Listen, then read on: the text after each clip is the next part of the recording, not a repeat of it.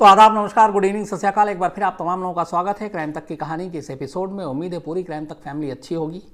कल संडे, आज वीक का पहला दिन मंडे, और एक बड़ी अफसोसनाक खबर, हमारे पंडित जसराज जी, उनका निधन हो गया अमेरिका के न्यू जर्सी में।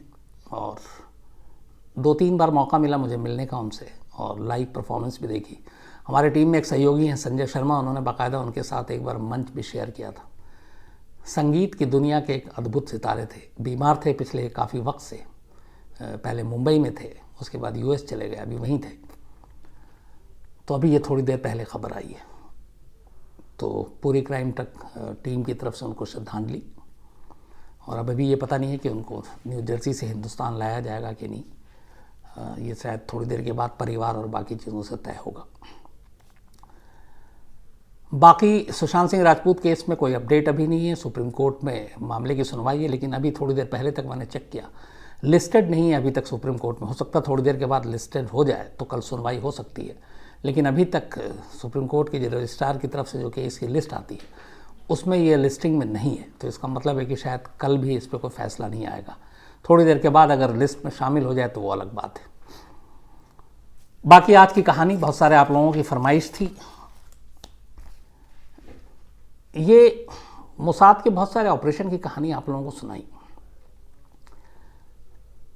इस ऑपरेशन की जो कहानी है, इसकी सबसे बड़ी ख़ास बात यह है कि 25 साल तक इजराइल इस बात से नकारता रहा कि उसने कोई ऐसा ऑपरेशन अंजाम दिया और किसी एक ऐसे फ़िलिस्तीनी लीडर को मारा है, जबकि उंगलियां उस पर उठी। 25 साल तक मना करता रहा। 25 साल के बाद सन 2012 में 2012 पहली बार इजराइल एक्सेप्ट करता है कि हाँ, उसने ये कत्ल किया था।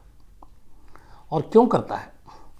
क्योंकि मोसाद के एक कमांडो जो इस ऑपरेशन में शामिल थे, वो इजराइल के एक न्यूज़पेपर के साथ, एक जर्नलिस्ट के साथ एक समझौता होता उनका कि वो इस ऑपरेशन की जानकारी देंगे। और ये मोसाद का वो कमांडो, वो अफसर था जो इस शूटआउट में शामिल था और जिसने बाकायदा गोली मारी थी। लेकिन शर्त एक थी कि जीते जी ये इंटरव्यू न्यूज़पेपर में नहीं आएगा, मौत के बाद आए। इत्तेफाक से सारी चीज़ें हो गई। अब उसके बाद ये था कि इजराइल सरकार के ऊपर कि इस इंटरव्यू को छापने की इजाज़त दी जाए कि नहीं जाए, क्योंकि दूसरे देश में जाकर इस तरह का ऑपरेशन करना, उस सरजमीन का गैरकानूनी तरीके से इस्तेमाल है, इंटरनेशनल कोर्ट में मामला जा सकता है। तो ये सारी दिक्कतें थी। लेकिन न्यूज़पेपर ने उस मोसाद के एजेंट के साथ बातचीत की थी, एक मुआहदा था, एक समझौता था। इजरायली सरकार मानी नहीं। आखिर में वो सुप्रीम कोर्ट पहुंच गया, इसराइल की अदालत, जो सबसे बड़ी अदालत है। सुप्रीम कोर्ट में ये मामला चल रहा था, तभी हैरत अंगेज तौर पर इजराइल की सरकार मान जाती है और वो कहती है ठीक है, आप इस इंटरव्यू को छाप दो। और इसके बाद उन मोसाद के उस कमांडो का जो इस ऑपरेशन में शामिल थे, ये इंटरव्यू सामने आता है 2012 में। हालांकि तब उनकी मौत हो चुकी थी।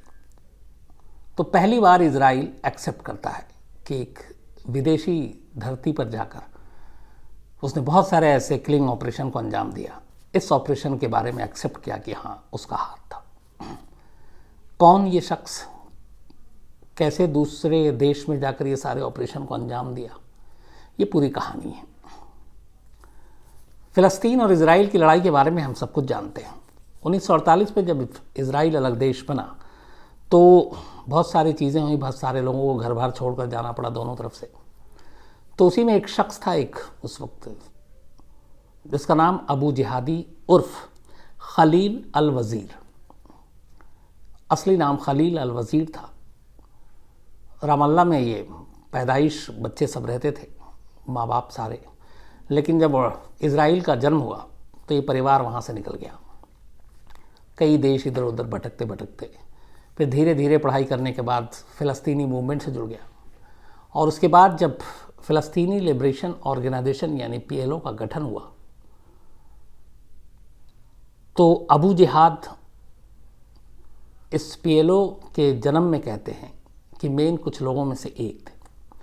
और यासर अराफात जो PLO के चेयरमैन थे, उनके राइट हैंड और इजराइल मानती थी कि पीएलओ का अगर कोई नंबर 2 है तो वो है खलील अल वज़ीर एलियस अबू जिहाद।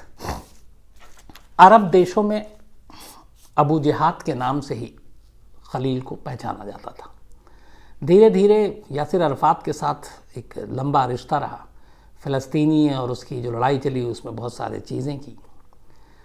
यासिर अरफात और अबू जिहाद में एक फ़र्क था। यासिर अरफात फिर धीरे धीरे पॉलिटिकल और पीस के रास्ते पर आए, बातचीत के ज़रिए मसले को हल कराना चाहते थे। अबू जिहाद का था कि बातचीत और पॉलिटिकल एजेंडा नहीं होना चाहिए और वो मिलिट्री ऑपरेशन के हक़ में। ये बात इजराइल को भी पता थी और ऐसे कई ऑपरेशन किए जिससे इजराइल को बहुत नुकसान हुआ। तो इजराइल के हिट लिस्ट पे अबू जिहाद को भी ये बात मालूम। इसके बाद अबू जिहाद अपने परिवार के साथ कभी लीबिया, कभी इराक, कभी ट्यूनीशिया, अरब देशों में इधर उधर रहकर फ़लस्तीन के लिए काम करते रहे। इधर इजराइल अबू जिहाद चूँकि मालूम था कि यासिर अरफात फिर भी एक पॉलिटिकल टॉक भी चल रहा है, बातचीत भी चल रही है, नेगोशिएशन भी चल रहा है, लेकिन अबू जिहाद की सोच और राय अलग थी। उनका ये था कि मिलिट्री ऑपरेशन ही है। इसी एक सोच की वजह से इजराइल को उसने अपना दुश्मन बना लिया और इजराइल का था कि जब तक अबू जिहाद है तब तक शायद पीस नहीं होगा। और इसके बाद फिर इजराइल एलीट फोर्स और मोसाद कमांडो को ये जिम्मेदारी दी गई कि अबू जिहाद का काम तमाम किया जाए। अब इसके बाद प्लानिंग होती है लंबी। अबू जिहाद उस वक्त ज़्यादातर बगदाद में रुका करता। उसकी वजह ये थी कि इराक और बगदाद बड़ा सेफ था। सद्दाम हुसैन उस वक्त सत्ता में, पावर में और ताकतवर, और फ़लस्तीनी समर्थक, तो बहुत सारी चीज़ें थीं। तो कभी बैरूत, कभी बगदाद, इन सब जगहों पे, कभी ट्यूनीशिया। लेकिन ट्यूनीशिया चूँकि एक टूरिस्ट प्लेस था इसलिए अबू जिहाद बहुत ज़्यादा वक्त तक कभी ट्यूनीशिया नहीं रहा। मैक्सिमम ट्यूनीशिया में रुकने का जो वक्त था उसका 3 से 4 दिन, इससे ज़्यादा कभी नहीं रुका। इधर मोसाद लगातार खोजबीन कर रही थी और इसी दौरान में मोसाद को बगदाद के बारे में पता चला। उन्होंने एक बगदाद में भी ऑपरेशन को अंजाम देने की सोची, लेकिन मिशन नाकाम रहा। और भी कई जगह किया, नाकाम रहा। इस बीच पता चला कि ख़ास मौके पर अबू जिहाद ट्यूनीशिया की राजधानी ट्यूनिस पहुंचते हैं। तो ये हुआ कि यहाँ पे ये सारी चीज़ें, यहाँ पे ये ऑपरेशन किया जा सकता है। अलग अलग शहरों, अलग अलग देश में ये सारी चीज़ें चल रही थी। आखिर में हुआ कि ट्यूनीशिया को भी एक चुना जाए। ट्यूनीशिया को चुना गया। उसके बाद मोसाद के लोग अबू जिहाद के पीछे, हर गतिविधि पे नज़र। अप्रैल के शुरुआत में ही 1988, शायद 3 या 4 अप्रैल की बात थी,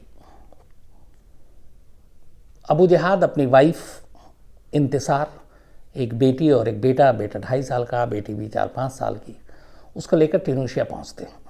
और ट्यूनीशिया में सिदी बऊ सईद करके एक इलाका है जो बहुत ही हाई प्रोफाइल इलाका है।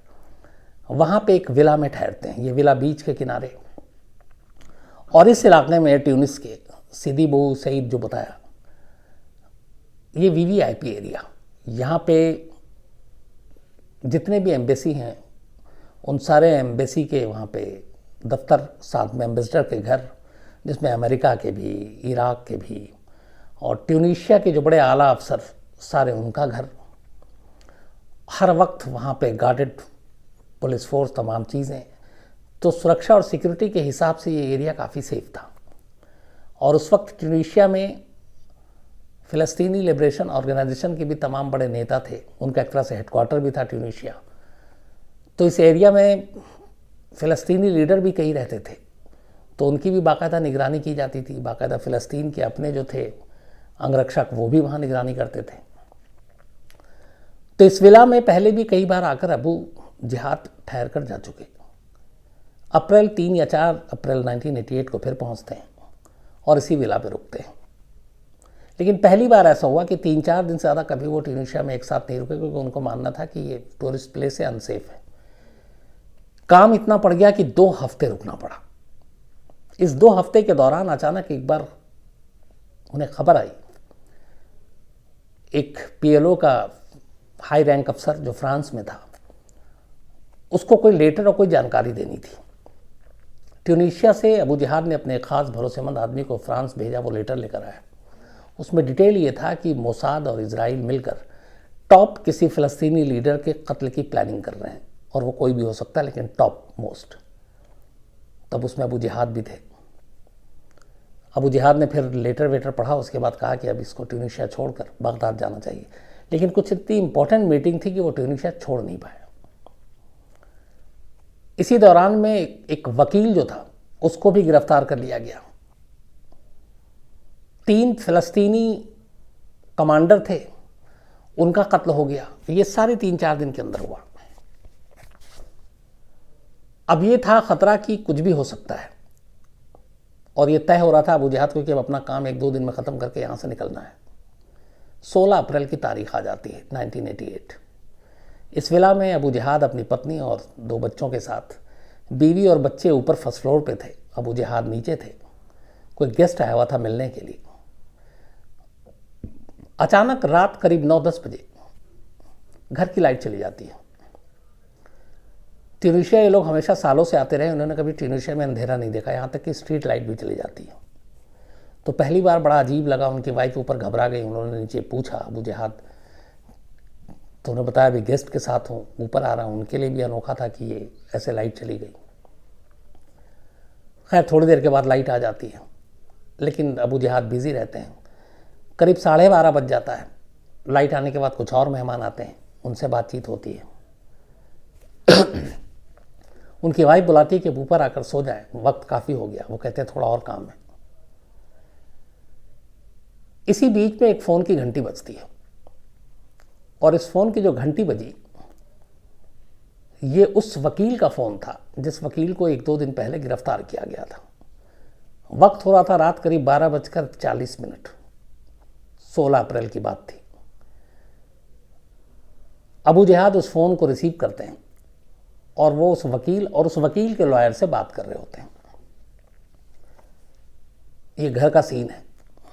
इधर दूसरी तरफ इस विला से करीब 10 मिनट दूर, विला चूंकि बीच के किनारे था, एक बोट आकर रुकती है, और उस बोट से कुछ लोग उतरते हैं। ये सारे कमांडो थे।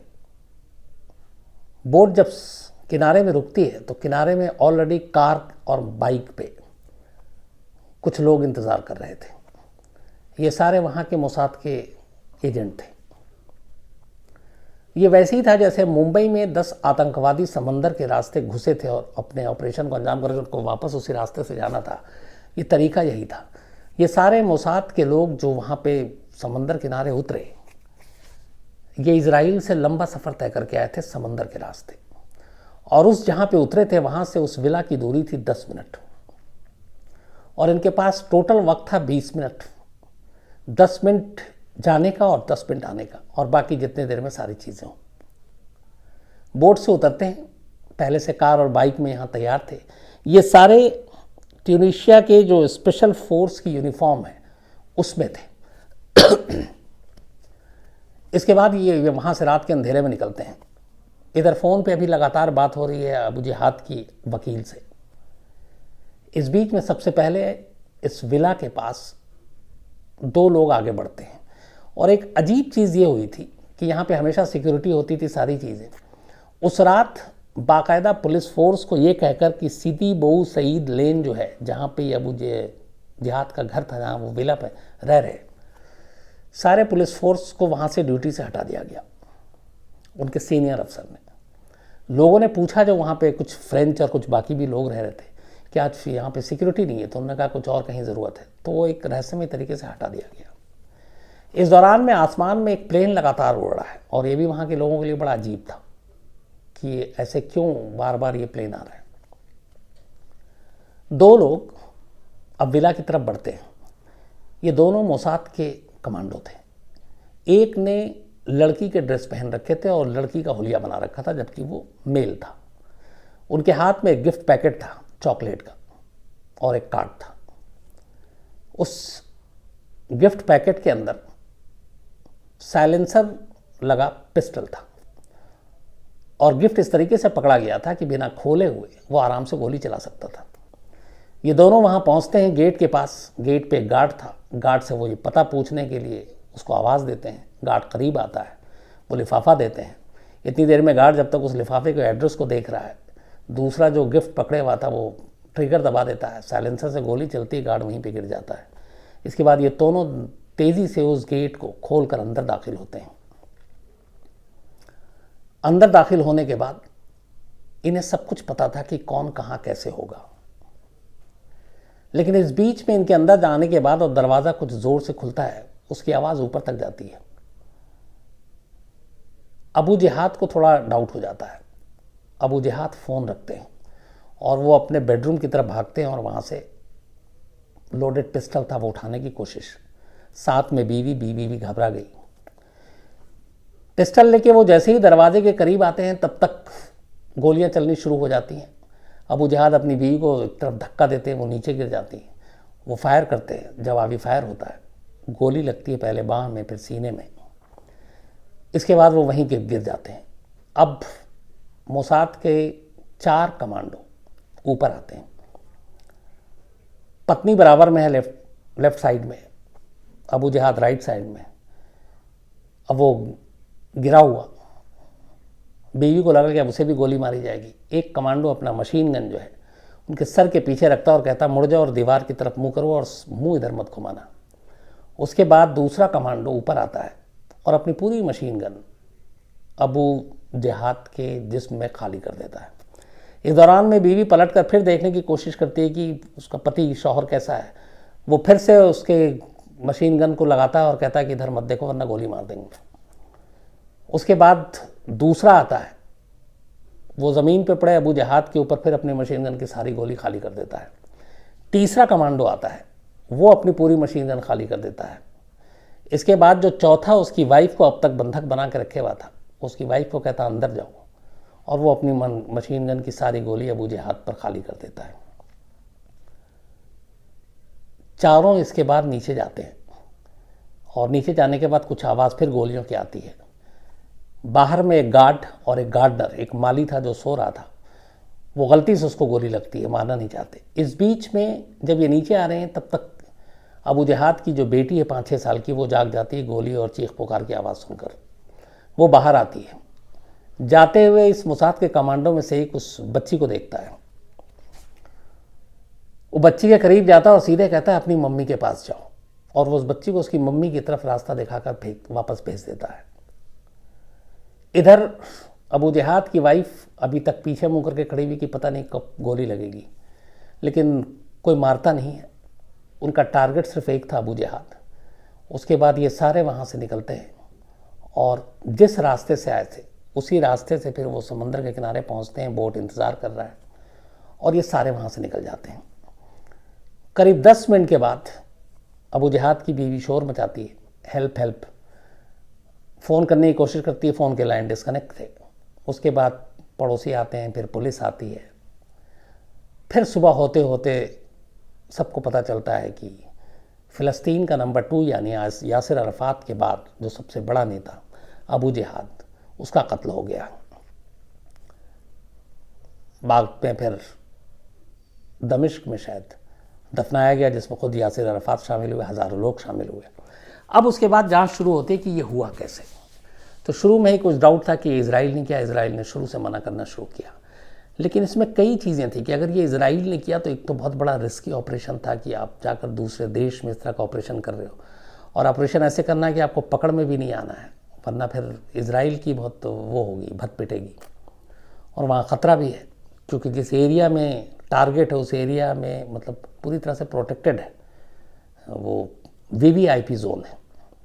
लेकिन उसके बावजूद पूरी कामयाबी से इस ऑपरेशन को अंजाम देकर मोसाद की टीम वहाँ से निकल जाती है। अब बाद में इसमें बहुत सारे सवाल उठते हैं कि क्या मोसाद ने ये अपने बलबूते पे अकेले किया, या फिर ट्यूनीशिया की अथॉरिटी या ट्यूनीशिया में से कोई भीतरगात था, कोई अंदर का आदमी था जिसने मदद की। उसकी कई वजह है। एक, इंतिसार जो अबू जिहाद की वाइफ इंटरव्यू दिया था अल जज़ीरा को, उसमें बताया कि जब भी वो ट्यूनीशिया जाते थे तो हमेशा 2-3 दिन से ज़्यादा कभी रही नहीं सिक्योरिटी की वजह से, लेकिन इस बार 2 हफ्ते रही। लेकिन वो जब भी जाते तो उनको ट्यूनीशिया अथॉरिटी और पीएलओ की मतलब वहाँ पे चलती थी। एक गार्ड हमेशा रहता था जो इनके साथ रहता था। इस बार इत्तेफाक से कुछ दिन पहले उस गार्ड को हटा लिया गया। ये पहली चीज़ अजीब थी। दूसरी चीज़ अजीब थी कि हमेशा उस रात वहाँ पे ट्यूनीशिया और पीएलओ इन दोनों की एक जॉइंट सुरक्षा की गाड़ियाँ रात को वहाँ पे पहरा देती थी और गश्त करती थी बाकायदा सायरन बजाकर। उस रात और उससे एक पहले रात से ये दोनों चीज़ें बंद हो गई। का कहना था कि लाइफ में कभी इस एरिया में बिजली नहीं गई, उस रात पूरी बिजली चली गई। उसके बाद जो पुलिस वाले का एक रिकॉर्ड हुआ स्टेटमेंट, उसने कहा कि उसके पास फ़ोन आया था कि इस इलाके में जितने पुलिस वाले गश्त में उन सबको हटा दो, वहाँ पे कोई पुलिस वाले नहीं थे। तो ये सारी चीज़ें ये इशारा करती हैं कि कहीं ना कहीं इसमें कोई लोकल इन्वॉल्वमेंट था, उसके बिना ये नहीं हो पाएगा। कहते हैं कि जब ये पूरा ऑपरेशन चल रहा था तो ऊपर एक इजराइल का प्लेन भी उड़ा था जो इनके जो कम्युनिकेशन सिस्टम और बाकी चीज़ें था उसको जैम कर रहा था, और वो ऊपर से नीचे के अपने कमांडो की हेल्प कर रहा था। ये सारी चीज़ें थी, इनका जवाब कभी मिला नहीं। लेकिन 2012 में इस ऑपरेशन में शामिल एक शख्स जिसने एक इजराइल के न्यूज़पेपर के साथ एक कॉन्ट्रैक्ट किया और उसने कहा कि जो दूसरा शख्स था कमांडो जिसने गोली मारी थी वो यही था। तो जिसने कहा कि उसका इंटरव्यू वो देने को तैयार है अबू जिहाद के पूरे इस मिशन की, लेकिन उसकी मौत से पहले ये नहीं छपना चाहिए। और उसकी मौत के बाद ही छपा, बाद में इजराइल गवर्नमेंट ने एक्सेप्ट किया। और 2012 में 1988 का ये ऑपरेशन था, 2012 में इजरायली सरकार ने इस बात को एक्सेप्ट किया कि अबू जिहाद के मारने के पीछे उसी का हाथ है। कहते हैं कि जब ट्यूनीशिया में इस जगह पे ऑपरेशन किया गया, इससे पहले मोसाद को ये पता था कि ये विला कैसा है, बीच से 10 मिनट की दूरी पर था। सेम दूसरी जगह पे दूसरे देश में जो इस ऑपरेशन में इन्वॉल्व थे, जो मोसाद के कमांडो, काफ़ी वक्त पहले से उन्होंने सेम बीच से 10 मिनट की दूरी पर एक वैसे ही विला बनाया, उसका रिप्लिका एकदम वैसे ही सेम। और उन्होंने जो भी अपने वहाँ से सारी जानकारी जुटाई, बिना ट्यूनीशिया के किसी अंदर के लोगों से तो नहीं मिली होगी, तो फर्स्ट फ्लोर क्या, सेकंड फ्लोर क्या, दरवाजे से सीढ़ी की दूरी कितनी है, मेन दरवाजे से अंदर के दरवाजे की दूरी कितनी है, गार्डन कहाँ पे है, किचन कहाँ है, बाथरूम कहाँ है, सारी चीज़ें हू बहू, साइज़ भी वही और डिस्टेंस भी बीच से वही, वहाँ से वहाँ तक पहुँचने में कितना टाइम लगेगा, सड़क कैसी है, वो सारी चीज़ें उन्होंने बाकायदा रिहर्सल किया बनाकर उसको, उस विला को, और उसके बाद इस ऑपरेशन को अंजाम दिया। और ये कई साल पहले से चल रहा था और उन्हें ये भी पता था कि ये ट्यूनीशिया 2-3 दिन से ज़्यादा नहीं रुकता, इन्हें ये भी पता था कि ये कभी कभार आते, लेकिन सारी चीज़ों के बावजूद पूरा रिहर्सल, इंतज़ार और तैयारी, और तब जाकर इस ऑपरेशन को सक्सेसफुली अंजाम दिया गया। अब 2012 में पहली बार इजराइल ने इसको माना। कहते हैं कि अबू जिहाद के जिस्म में जब पोस्टमार्टम हुआ तो कुल 70 गोलियां निकली थी। हर कमांडो ने अपनी मशीन गन खाली कर दी थी। उसकी वजह ये थी कि वो सब ये इंश्योर करना चाहते थे कि किसी कीमत पे ये बचे नहीं। हालांकि इसके बाद जब कहते हैं कि अबू जिहाद को उठाकर हॉस्पिटल ले जाया गया, जब बात पुलिस आई, एम्बुलेंस आया, तो हॉस्पिटल तक सांसें चल रही थी। हॉस्पिटल जाने के 10 मिनट के बाद मौत हुई है। मतलब 70 गोली जिस्म है और उसके बाद भी 10 मिनट तक सांसें चलती रही थी। ये पूरी रिपोर्ट है इसकी। तो ये थी कहानी मोसाद की इस ऑपरेशन की। कुछ लोगों के नोट करके लाया हूँ, फटाफट पढ़ देता हूँ। मुदित शर्मा जी हैं, बादल राजपूत हैं, अमित गोडसे हैं, रवि रैक्स हैं, ये IAS गौतम गोस्वामी की कहानी सुनना चाहते हैं। चंदन कुमार हैं झारखंड से, झारखंड की कुछ कहानियाँ जल्दी सुनाता हूँ आपको चंदन साहब। भाकर राम हैं जोधपुर से, परवीन कुमार पवन, इसके अलावा दिवांश तिवारी, अतुल तिवारी, संतोष है सिंगापुर से, अभिनव चित्रांश, उत्कर्ष भाटी, सुमित बावा, दिलीप कुमार, पुनीत सिंह, राजन श्रीवास्तव, प्रवीण कुमार, इसके अलावा कुमार शुभम, हर्ष मौर्य है। नार्को टेस्ट क्या लीगल है? नार्को टेस्ट लीगल है, लेकिन नार्को टेस्ट कोर्ट के अंदर एडमिसिबल नहीं है। मतलब नार्को टेस्ट में जो कुछ कहता है कोर्ट उसको मानती नहीं, इसलिए कि वो कहती है कि पता नहीं ड्रग्स का डोज है, ज़्यादा दे दिया गया है। लेकिन नार्को टेस्ट इसलिए कराया जाता है कि उससे कई कड़ियाँ जुड़ जाती हैं। अगर कोई सपोज चाकू से कत्ल किया, चाकू नहीं मिल रहा, तो हो सकता है नार्को टेस्ट में बता दे कि उसने चाकू कहाँ फेंका है। तो अगर वो बरामद हो जाती है तो वो केस की कड़ियाँ जुड़ जाती है। तो नार्को टेस्ट है तो लीगल, बिना कोर्ट के, एक तो जिसका आप करा रहे हैं उसकी परमिशन की भी ज़रूरत पड़ती है, कोर्ट की ज़रूरत पड़ती है परमिशन की। लेकिन नार्को में दिया गया बयान या नार्को के दौरान जो बयान दर्ज होता है वो कोर्ट में एडमिसिबल नहीं है। आशु शर्मा हैं, सोनू महापात्रा हैं, माइकल मेडिसन सीरियल किलिंग की कहानी सुनना चाहते हैं, राज श्रीवास्तव हैं पटना से, ये पठानकोट टेररिस्ट अटैक की कहानी सुनना चाहते हैं, पुरुषोत्तम देव व्रत हैं, इसके अलावा शैलेंद्र कुमावत बाड़मेर राजस्थान से हैं, वर्ल्ड वॉर की सीरीज़ की कहानी सुनना चाहते हैं, किशन द्विवेदी हैं, घोरपदे निवरू हैं, अभिषेक चौधरी, गोविंद प्रकाश भागलपुर से, फ़हीम, MS धोनी की कहानी सुनना चाहते हैं आप लोगों से कि धोनी ने रिटायरमेंट ले ली। सुनते ही बड़ा धक्का लगा, लेकिन फिर ये थोड़ी खुशी हुई कि चलो कम से कम IPL अभी खेलेंगे। डॉक्टर अरुण कुमार सिंह हैं, इसके अलावा नीतीश कुमार हैं, RK यादव हैं, परीक्षित गोस्वामी हैं, ब्रिजेश वर्मा हैं, सुबलक्ष्मी साहा हैं, विशाल वाला हैं, श्रीकांत डबले हैं, कन्हैया कुमार हैं, मुस्तफ़ा सिद्दीकी हैं, ये पाकिस्तान से है। हिटलर ने रशिया को क्यों ढूंढा 2000 वर्ल्ड वॉर 2 की पूरी कहानी सुनना चाहते हैं तो सुनाता हूँ जल्दी आपको। देवेंद्र सिंह राठौर जी हैं, ईसाई और यहूदी में क्या फ़र्क है, इन्होंने पहले भी पूछा था। ईसाई का तो मुझे मालूम है, ईसाई और यहूदी में बेसिक फ़र्क क्या है राठौर साहब मुझे भी गहराई में नहीं मालूम, लेकिन वादा है मैं इसका पूरा रिसर्च करके आता हूँ और आपको ये फ़र्क ज़रूर बताऊँगा, प्रॉमिस। इसके अलावा नसीम अख्तर हैं, विवेक चंदे हैं, रोहित लाटसमंगीकर हैं, साहल वाला हैं, शिवम कुमार हैं, मुकेश साहनी हैं, आशीष हैं, प्रिया चौहान हैं, स्वप्निल थोरवे हैं, विपिन कुमार हैं, सौरभ आनंद हैं। आप फटाफट आज इसलिए पढ़ दिया कि कम से कम नोट करके लाया था। तो आज इतना ही कहानी में, कल आपसे फिर मुलाकात होगी रात 9 बजे किसी नई कहानी के साथ। तब तक अपना ख्याल रखिएगा। Thank you very much.